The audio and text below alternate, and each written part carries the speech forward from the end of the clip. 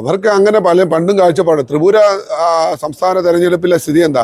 BJPക്ക് ഭരണം പിടിക്കുന്നതിന് മുമ്പ് ആ സംസ്ഥാനത്ത് 3% വോട്ടാ. പശ്ചിമബംഗാളിലെ സ്ഥിതി എന്താ? അപ്പോൾ BJPയെ സംബന്ധിച്ച് അങ്ങനെ ഉയർന്നു പറക്കാൻ ഒരു പ്രയാസവും ഇല്ല. ഞങ്ങളെ സംബന്ധിച്ചിടത്തോളം അതൊരു വിഷയമേ അല്ല. കാരണം ഞങ്ങൾ ജനങ്ങളുടെ കാലങ്ങളായി പ്രവർത്തിക്കുന്ന കേരളത്തിലെ അടിസ്ഥാന ജനവിഭാഗത്തിൻ്റെ ഇടയ്ക്ക് വേരോട്ടമുള്ള ഒരു രാഷ്ട്രീയ പ്രസ്ഥാനമാണ്. ഞാൻ പറഞ്ഞല്ലോ, മുമ്പ് സൂചിപ്പിച്ച പോലെ BJPയോ ജയിക്കുമോ തോക്കുമോ എന്നുള്ള സംശയം, ജയിക്കത്തില്ല എന്നുള്ള തോന്നൽ, അതാണ് BJPക്ക് വോട്ട് ചെയ്യാനൊരു തടസ്സമായിട്ട് നിന്നത്. അത് മാറി.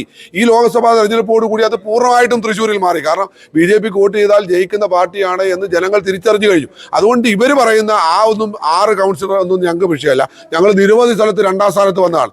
ഇവർ രണ്ടുപേരും ചേർത്താണ് ഞങ്ങളെ തോൽപ്പിച്ചുകൊണ്ട്. അതുകൊണ്ട് ഈ തെരഞ്ഞെടുപ്പിൽ 50% വോട്ട് നൽകി BJPയെ കോർപ്പറേഷന്റെ ഭരണത്തിൽ ഇവിടുത്തെ ജനങ്ങൾ എത്തിക്കും. സുരേഷ് ഗോപി അടക്കം, ബഹുമാനായിട്ടുള്ള കേന്ദ്രമന്ത്രി സുരേഷ് ഗോപി അടക്കം BJPയുടെ എല്ലാ നേതാക്കന്മാരും ഇവിടെ എത്തും. ഇവിടെ നമ്മുടെ താഴെത്തട്ടിലുള്ള നമ്മുടെ കൗൺസിലർമാരും നമ്മുടെ ജനപ്രതിനിധികളും ഒക്കെ ജനങ്ങളുടെ മുന്നിൽ നല്ല ഇമേജ് ഉള്ളവർ തന്നെയാണ്. അവരെ സംബന്ധിച്ചിടത്തോളം കഴിഞ്ഞ കാലങ്ങളിൽ അവരുടെ പ്രവർത്തനം കൊണ്ട് അത് തെളിയിച്ചവരാണ്. കാരണം മറ്റുള്ള രാഷ്ട്രീയ പാർട്ടിയെ അപേക്ഷിച്ച് ഭാരതീയ ജനതാ പാർട്ടിയുടെ ജനപ്രതിനിധികളും ഭാരതീയ ജനതാ പാർട്ടിയുടെ നേതാക്കന്മാരുമാണ് സുതാര്യമായും സത്യസന്ധമായും ഈ സമൂഹത്തിൽ പ്രവർത്തിച്ചുകൊണ്ടിരിക്കുന്നത്. നമസ്കാരം. വരാനിരിക്കുന്ന ത്രിതല പഞ്ചായത്ത് ഇലക്ഷന് വേണ്ടിയിട്ടുള്ള തയ്യാറെടുപ്പ് BJP വലിയ രീതിയിൽ തന്നെ തുടങ്ങിയിരിക്കുകയാണ്. ഈ സമയത്ത് BJPയുടെ സംസ്ഥാന സെക്രട്ടറിയും തൃശ്ശൂർ ജില്ലയുടെ പ്രഭാരിയുമായിട്ടുള്ള ശ്രീ ഗോപകുമാർജി നമ്മോടൊപ്പം ചേരുകയാണ്. ചേട്ടാ നമസ്കാരം. ചേട്ടാ, ഇപ്പോൾ തൃശ്ശൂർ കോർപ്പറേഷൻ BJP വലിയ രീതിയിൽ കേരളത്തിൽ പ്രതീക്ഷ വെക്കുന്നൊരു കോർപ്പറേഷനാണ്. എങ്ങനെയാണ് കാര്യങ്ങൾ? വലിയ പ്രതീക്ഷയാണോ? തീർച്ചയായിട്ടും കേരളത്തിൽ ഈ 2 മുന്നണികളും, ഇടത് വലത് മുന്നണികൾക്കെതിരായിട്ടുള്ള വലിയ ജനവികാരം ഉയർന്നു വരിക്കുന്ന ഒരു സാഹചര്യമാണ്.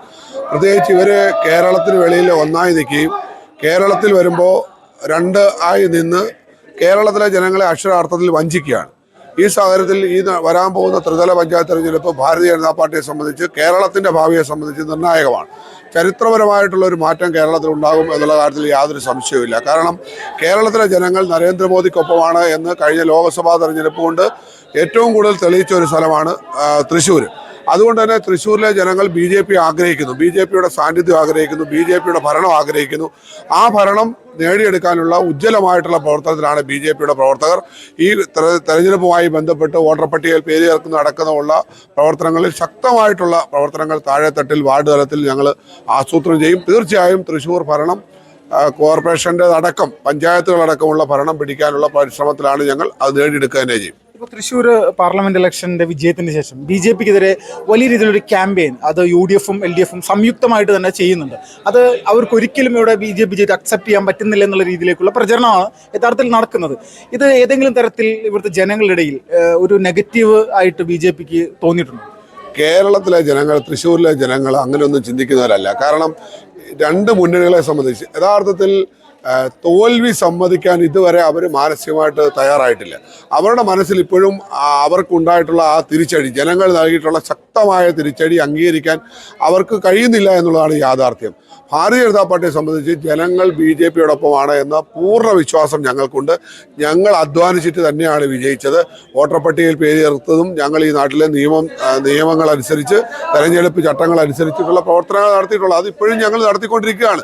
അതിൽ ഭയപ്പെട്ടിട്ട് കാര്യമില്ല. അവരെ സംബന്ധിച്ച് അവർ ഭയക്കുകയാണ് BJP.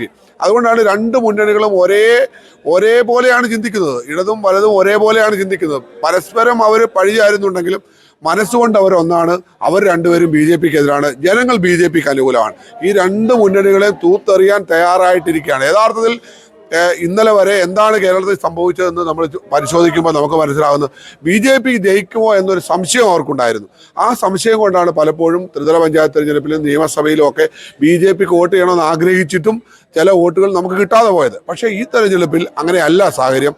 BJPക്കൊപ്പം നിന്നാൽ ഞങ്ങൾ BJPക്ക് വോട്ട് ചെയ്താൽ BJP ജയിക്കുന്ന പാർട്ടിയാണ് എന്ന് അവർക്ക് വിശ്വാസമായി. അതാണ് തൃശ്ശൂരും കണ്ടത്, തിരുവനന്തപുരത്തും ആറ്റിങ്ങലും ആലപ്പുഴയിലും ഒക്കെ കണ്ടത് തന്നെയാണ്. ജനങ്ങൾ BJPക്ക് വോട്ട് ചെയ്യാൻ ഇപ്പോൾ തയ്യാറായിരിക്കുന്നു. അവർക്ക് യാതൊരു ആശങ്കയില്ല. BJP അവർ വോട്ട് ചെയ്താൽ ജയിക്കുന്ന പാർട്ടിയാണ് എന്ന് അവർ ഉറപ്പിച്ചു കഴിഞ്ഞു. അതുകൊണ്ട് ഇനിയും സംശയമൊന്നുമില്ല, BJP കേരളത്തിൽ വലിയ മുന്നേറ്റം നടത്തും.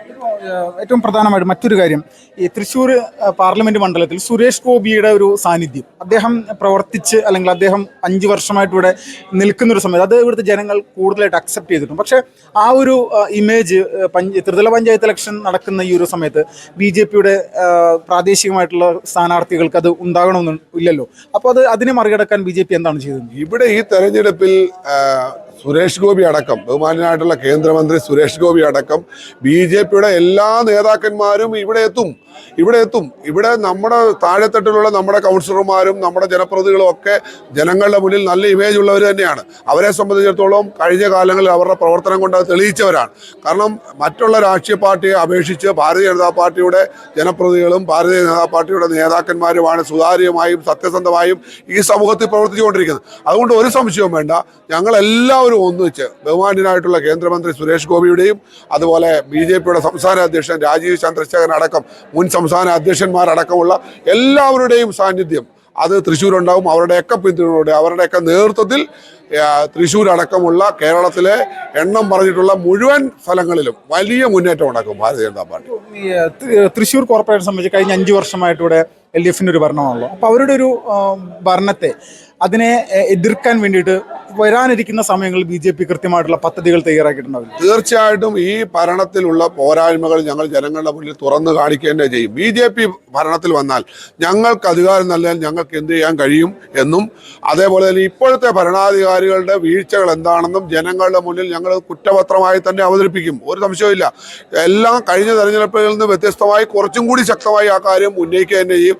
അത് ജനങ്ങൾ ഏറെക്കുറെ ഇപ്പോൾ തന്നെ ചർച്ച ചെയ്യുന്നുണ്ട്. കാരണം 5 വർഷത്തെ ഭരണത്തിൻ്റെ നേട്ടം എന്താണ്, കോട്ടം എന്താണ് എന്ന് സാധാരണക്കാരായിട്ടുള്ള ജനങ്ങൾ ചർച്ച ചെയ്യുന്ന ഒരു കാലഘട്ടത്തിലൂടെയാണ് നമ്മൾ കടന്നു പോകുന്നത്. പഴയ പോലെയല്ല, ജനങ്ങൾ എല്ലാ കാര്യങ്ങളെ പറ്റി നല്ല ബോധവാന്മാരാണ്.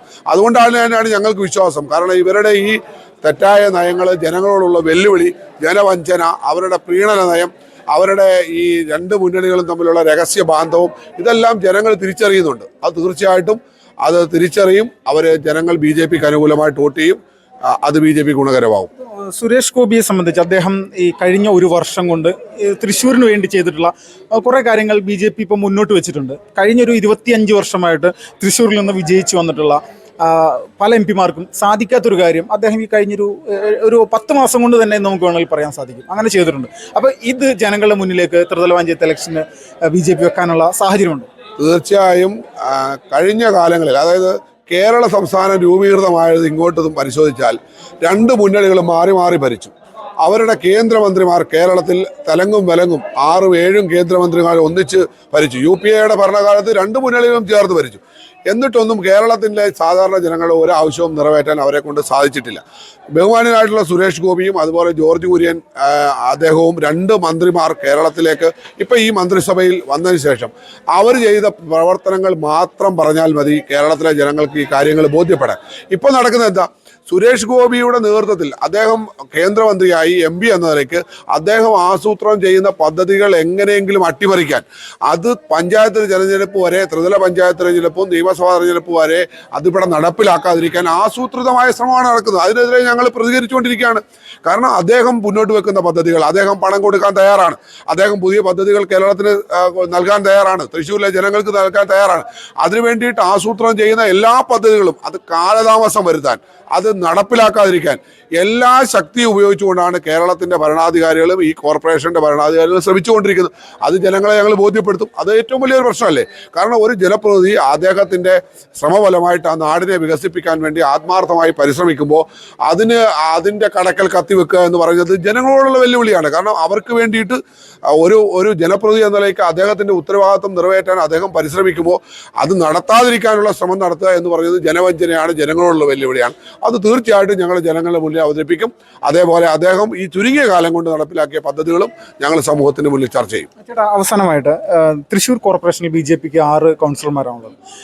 മറ്റ് രാഷ്ട്രീയ പ്രസ്ഥാനങ്ങളെ സംബന്ധിച്ച് നോക്കുമ്പോൾ അവർക്ക് അതിലും വലിയ രീതിയിലുള്ള ഒരു കഴിഞ്ഞ ഘട്ടങ്ങളിലൊക്കെ അവർക്ക് ഒരുപാട് സീറ്റുകൾ ലഭിച്ച ഒരു അധികാരത്തിലെത്തിയിട്ടുള്ളതാണ്. അപ്പോൾ അവരെ സംബന്ധിച്ച് നോക്കുന്ന സമയത്ത് BJP തൃശ്ശൂർ കോർപ്പറേഷനിൽ ഒരു ചെറിയൊരു പാർട്ടിയാണെന്നൊരു കാഴ്ചപ്പാട് ഇപ്പോൾ അവർക്കുണ്ടാകും. അവർക്ക് അങ്ങനെ പണ്ടും കാഴ്ചപ്പാട്. ത്രിപുര സംസ്ഥാന തെരഞ്ഞെടുപ്പിലെ സ്ഥിതി എന്താ? BJPക്ക് ഭരണം പിടിക്കുന്നതിന് മുമ്പ് ആ സംസ്ഥാനത്ത് 3% വോട്ടാണ്. പശ്ചിമബംഗാളിലെ സ്ഥിതി എന്താ? അപ്പോൾ BJPയെ സംബന്ധിച്ച് അങ്ങനെ ഉയർന്നു പറക്കാൻ ഒരു പ്രയാസവും ഇല്ല. ഞങ്ങളെ സംബന്ധിച്ചിടത്തോളം അതൊരു വിഷയമേ അല്ല. കാരണം ഞങ്ങൾ ജനങ്ങളുടെ കാലങ്ങളായി പ്രവർത്തിക്കുന്ന കേരളത്തിലെ അടിസ്ഥാന ജനവിഭാഗത്തിൻ്റെ ഇടയ്ക്ക് വേരോട്ടമുള്ള ഒരു രാഷ്ട്രീയ പ്രസ്ഥാനമാണ്. ഞാൻ പറഞ്ഞല്ലോ മുമ്പ് സൂചിപ്പിച്ച പോലെ BJPയോ ജയിക്കുമോ തോക്കുമോ എന്നുള്ള സംശയം, ജയിക്കത്തില്ല എന്നുള്ള തോന്നൽ, അതാണ് BJPക്ക് വോട്ട് ചെയ്യാനൊരു തടസ്സമായിട്ട് നിന്നത്. അത് മാറി. ഈ ലോക്സഭാ തെരഞ്ഞെടുപ്പോട് കൂടി അത് പൂർണ്ണമായിട്ടും തൃശ്ശൂരിൽ മാറി. കാരണം BJPക്ക് വോട്ട് ചെയ്താൽ ജയിക്കുന്ന പാർട്ടിയാണ് എന്ന് ജനങ്ങൾ തിരിച്ചറിഞ്ഞു കഴിഞ്ഞു. അതുകൊണ്ട് ഇവർ പറയുന്ന 6 കൗൺസിലർ ഒന്നും ഞങ്ങൾക്ക് വിഷയമല്ല. ഞങ്ങൾ നിരവധി സ്ഥലത്ത് 2ാം സ്ഥാനത്ത് വന്നതാണ്. ഇവർ രണ്ടുപേരും ചേർത്താണ് ഞങ്ങളെ തോൽപ്പിച്ചുകൊണ്ട്. അതുകൊണ്ട് ഈ തെരഞ്ഞെടുപ്പിൽ 50% വോട്ട് നൽകി BJPയെ കോർപ്പറേഷന്റെ ഭരണത്തിൽ ഇവിടുത്തെ ജനങ്ങൾ എത്തിക്കും. ഒരു സംശയം. വളരെ നന്ദിയായിട്ട്.